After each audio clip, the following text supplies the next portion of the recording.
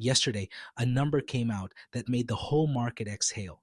Inflation, the one that has haunted your grocery receipt for 4 straight years, came in at 3.5%. Down, not up, down, and by a lot, from 4.2 just a month before. And for one afternoon, everyone agreed it was good news. But on this show, we do not take a number's word for it. We put it on the stand because a headline that makes everyone relax at the exact same moment is usually the one worth cross examining. Tonight, that number takes the witness chair, and by the end, you will know what it is really telling you about the months ahead. Welcome back to Cash on Trial, where we put one number on the stand and make it tell the truth. No opinions, no panic, just the data, cross examined. I am your host, and tonight's defendant is the Consumer Price Index, the official measure of inflation. Here is what it actually is, in plain English. Every month, the government prices out the same basket of ordinary life: groceries, rent, gasoline, a doctor's visit, a car repair. Then it asks one question. Compared to a year ago, how much more does that same basket cost? That percentage is the inflation rate. When it reads 3.5%, it means the basket that cost you $100 last summer costs about $103.50 today.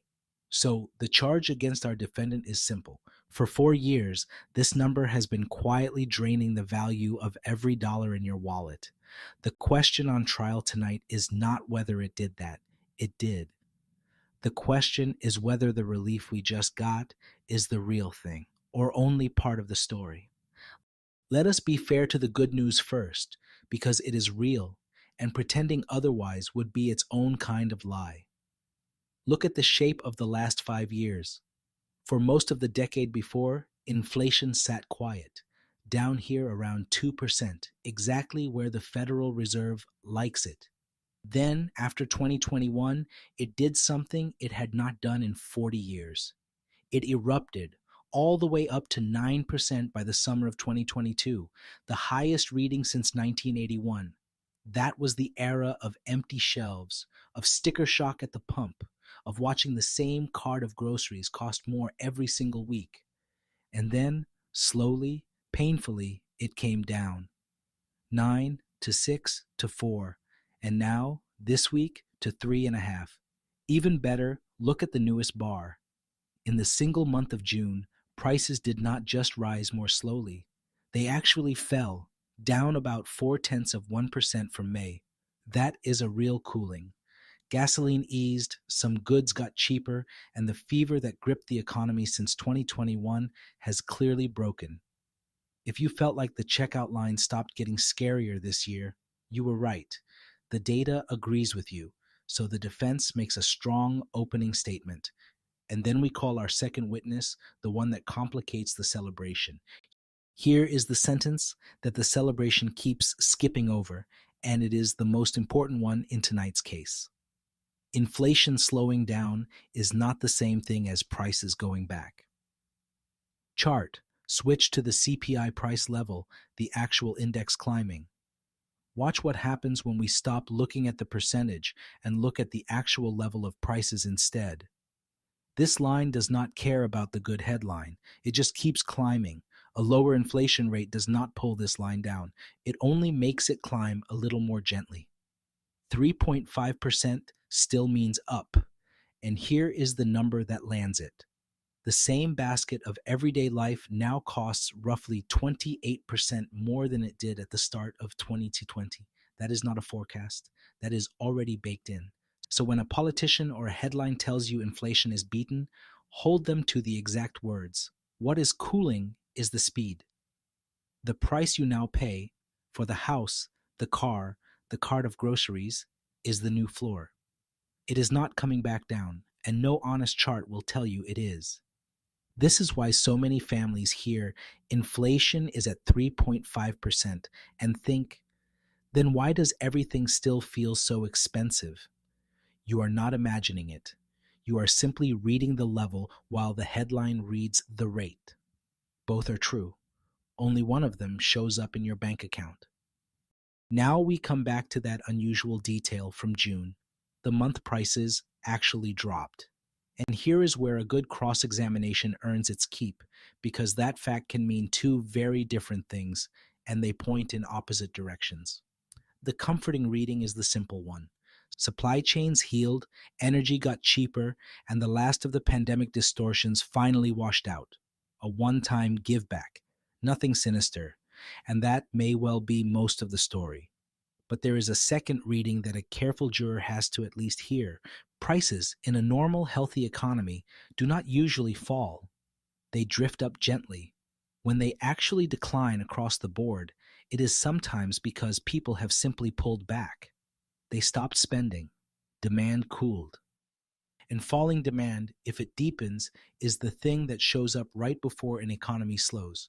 So the same green number that cheered the market could be relief, or it could be an early whisper that the consumer is finally tired. I am not going to tell you which one it is, because tonight I do not know, and neither does anyone selling you certainty. But I will tell you the honest rule this channel lives by. When prices fall, always ask the next question. Is it because things got cheaper or because people stopped buying? One of those is a gift. The other is a warning. The only way to tell them apart is to watch what comes next. There is one more party with a seat in this courtroom, and it is the most powerful one, the Federal Reserve, because this 3.5% number is not just a report card, it is a starting gun.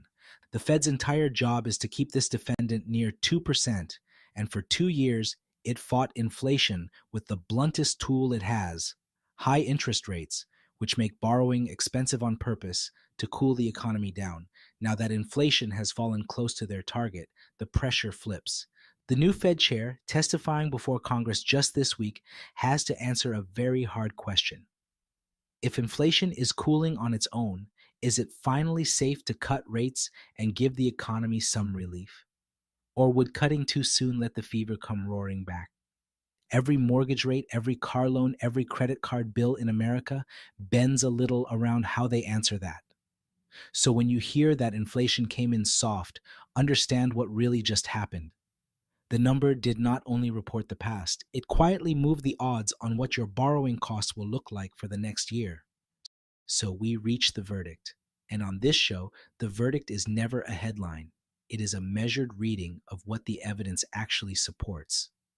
On the charge that inflation is cooling, guilty, and genuinely so. 3.5% down from 9, with an outright monthly decline in June, is real progress, and the family that felt the squeeze ease this year felt something true. But on the hope that this means life is getting cheaper, not guilty, and it is not close. The price level is roughly a quarter higher than it was before all this began, and that floor is permanent. What cooled is the speed of the climb, not the height already reached. And on the quiet question underneath it all, whether June's falling prices are a clean victory or the first sign of a tiring consumer, the court returns the only honest answer. Undecided and worth watching closely. The tell, as always, will show up in the data months before it shows up on the evening news. So what do you actually do with a verdict like that? Nothing dramatic, and that is the point. This is not a moment for fear, and it is certainly not a moment for anyone to sell you a panic. It is a moment for clear eyes. Understand that your dollar is losing value more slowly now than it was a year ago. That is real, and it is good. But also understand that the higher cost of living you have gotten used to is very likely here to stay. So a household budget built on prices coming back down is a budget built on something that is not going to happen. And keep one eye on that next inflation report. If prices keep falling month after month, the conversation will quietly shift from too expensive to something very different. And you will have seen it in the data first, right here, before the headlines catch up. That is the whole reason this show exists. One number, real data, a fair trial. Everything you heard tonight is for education only, and nothing on this channel is financial advice. The goal is simply to help you read the evidence for yourself. I am glad you sat on the jury with me. Court is adjourned until the next number takes the stand.